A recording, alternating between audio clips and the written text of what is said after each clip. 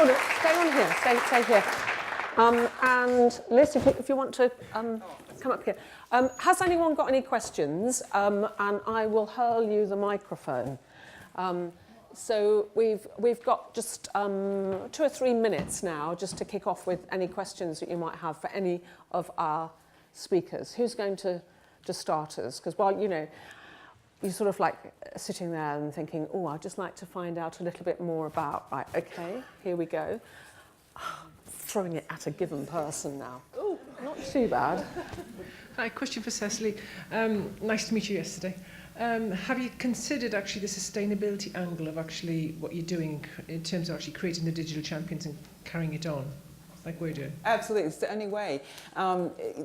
It's about working with partners like you do here. It's a fundamental community development principle I've worked in all my life. So we need to actually help centres and, you know, centres of all sorts, businesses, communities, and instill in them the skills themselves, the programs themselves, and that's why we need Learn My Way, which provides a competency-based enabling approach to learners so that they can be inspired themselves by teaching themselves, and it gives a consistency to services so they don't have to worry about the quality of training they're getting from volunteers. We could also hopefully bring the whole digital champion training with it so that we also have consistency and quality across that. To me, LEAP is nothing. We are only a part of a huge network that should exist. And there are, I don't have time to tell you everything. There are small pockets of things in Australia, but none of it has the depth of, evidence-based and systematic approach to teaching like Learn My Way has, which is why I'm such an advocate, and yeah, it has to come to Australia. What we find is an approach of blended learning is the best. Right. Digital champions need to be given the skills, like you saw yesterday, and they can basically use Learn My Way as a platform which basically frees them up to go to the next person, the next person. What we found is by basically getting digital champions trained up, we can carry on the circle, and eventually what happens is when you go to basically internet clubs and you create them in rural communities, the learner becomes the champion and round it goes. And then that's where the sustainability comes in, because there's not an infinite pot of money that basically keeps everybody going. And sometimes those people who have themselves, discovered what they can do, I always describe them as being a little bit like ex-smokers. They can't wait to tell other people. And even when they go, oh, I'm not interested, they carry on.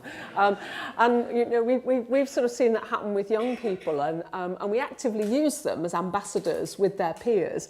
They're so much more effective than me saying about why they need to be sort of, really developing their digital skills. So yeah, I'm absolutely with you that, not only is it more sustainable, but in a funny kind of way, if you're cunning about it, can also be, it gathers power that you don't even expect to have been there in the first place. Sometimes I've stood back in amazement at what, the young people have done. I've got time for another question, so that then I will, another question from the audience at all? Oh, you're being very quiet. Yeah. Have you spotted someone? Yeah, there we go. Right, and now the impact. That's it. Okay, there you go. That's it. Yay! Good. Yeah, it's a good throw. I caught it this time. Hooray! I was just interested in what you were saying earlier about accessing young people. And how you're going to engage them and give them the skills in the longer term. And I was just wondering if there are any resources to provide for young people, and if there is anything similar to Learn My Way to develop those skills, or whether there will be. There's nothing like Learn My Way, because Learn My Way is just awesome. But one of the things that I noticed when we started looking at what we were doing with young people in BT, and it goes back to this collaboration point, is that actually we were reinventing the wheel. So we were kind of having the BT spin on how to do a CV, or the BT spin on how to go to an interview, or a BT spin on all number of things. So a lot of what we've done is work out where there's some best-in-class resources that other people are using, and we've just kind of gone and where are the gaps. But most of the content we make available now on bt.com, because we're also conscious there's a big role for parents. So if you've got parents that are able to help you, then giving them the tools to do it. But at the same time, if you haven't, then my team will, if you come on a traineeship with us. But I think your question is probably more broad around digital skills with young people. Like there's a huge task to do there, and it's kind of a watch this space in terms of activity from BT. But there is going to be some really awesome stuff on the horizon.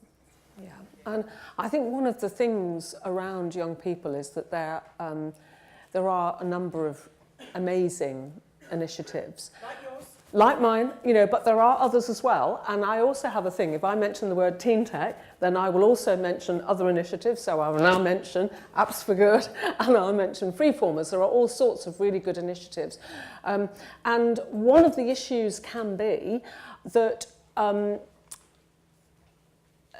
again, it's that hard to reach thing.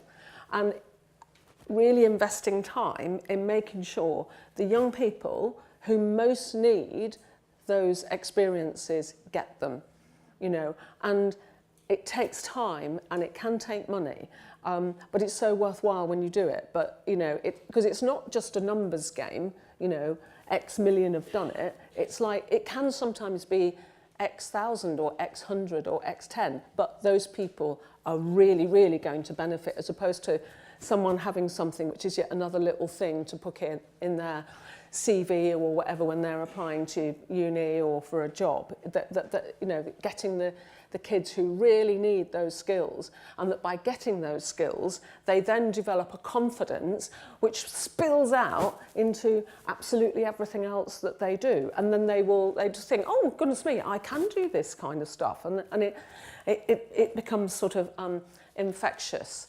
Okay, right. If there aren't any more questions at this precise time, is there anything that the panel want to actually say? No. Okay, right. We're going. Oh, there is. Oh, sorry. Yeah. Really, I think I am going blind as well as slightly deaf.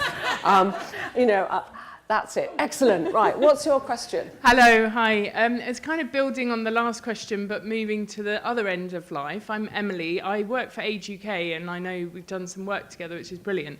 I am also doing a Claw Fellowship, and I'm looking at inclusive communities and how we can access what we need to age well. So I was really struck by the examples from Australia in terms of some of the demographics and the digital divide, and some of the similarities in the challenges we face, but also the opportunities.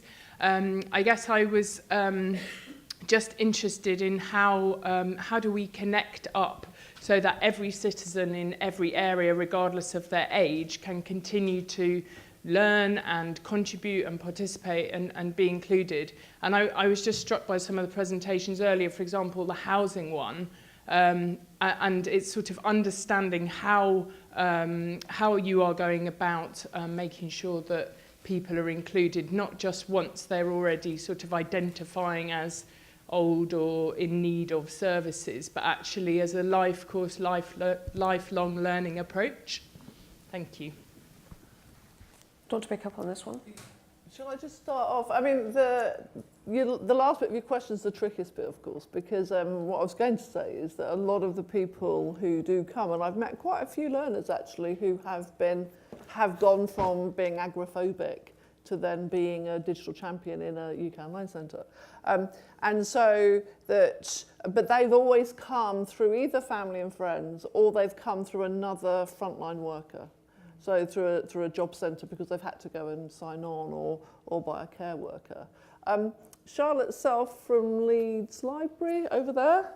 So speak to Charlotte as well, because they did a programme where they took iPads to older people in their own home as part of the library book delivery programme. So the home think it's called Libraries at Home in Leeds, but you've probably got other names for it. So actually they were already self-identifying as people who couldn't make it to the library, and they were having books delivered to them. So then what they did is they then also took an iPad and showed them how to read books on the iPad, but then also how to FaceTime with their granddaughter in Australia.